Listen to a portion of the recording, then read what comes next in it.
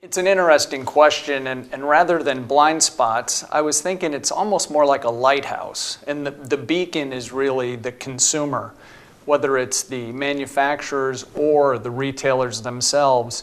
If we lose track of selling products and services that the consumers want, it really doesn't matter.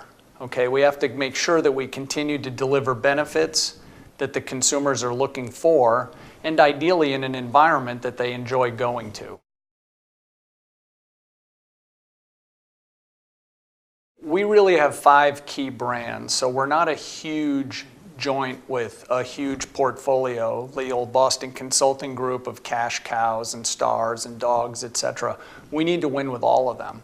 Especially for a firm our size, we spend a lot of money understanding the consumer, understanding what they want.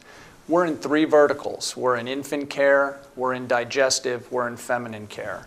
And we can add a lot of value to retailers because I think over time they've understood that we invest a lot of money here and we understand what consumers are looking for. Another thing we've done is we've established some excellent relationships with R&D suppliers so that we can try and stay ahead of the technologies, whether it's delivery systems of drugs or active ingredients, or scent in some of our products like Summer's Eve, which is more of an HBA item, to be honest with you. And that's unusual given our history, at least. We weren't really thinking that far ahead of the curve. We're trying to go down a continuum of brand awareness to brand preference to ultimately brand insistence. And we're working hard every day to get there.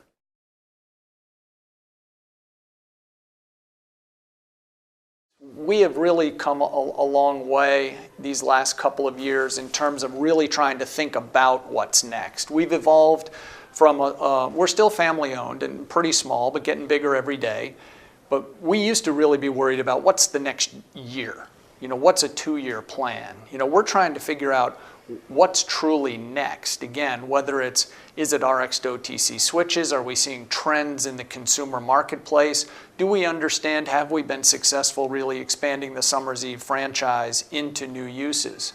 We purchased the Phazyme brand. It had been largely dormant for over a decade. So getting that brand woken up and doing the research to understand that with doctors, it still had a very strong medical heritage. And then how do we get it going again? Because we're not big enough to try 100 things at once. So we have to be clever and intelligent in what steps we make at first. Because our retailers, they're for-profit organizations too. And if we can't get those turns going, like Vic Curtis talked about today, someone will rationalize us if we don't do it ourselves. Okay? So that's what we're trying to do now. We've just brought some innovation there with a 250 milligram simethicone dose in our Phazyme brand. We're very optimistic. We're excited about the new product pipeline across our portfolio. And I think that the future can look bright for us, but we can't lose faith, or we can't lose track of 2 things. Ultimately, we have to service our consumers with products that deliver benefits at a good value. And our retailers, we have to know what's important to them. Is it low price? Is it innovation? Is it the shopping experience? Is it unique SKUs for certain retailers? Are we disciplined enough to be retiring old SKUs that are no good? Because you have to be able to go in and have legitimate conversations. If you have items that are near the bottom, don't waste your time defending them because then you lose your credibility. Move them out. Help them be more productive.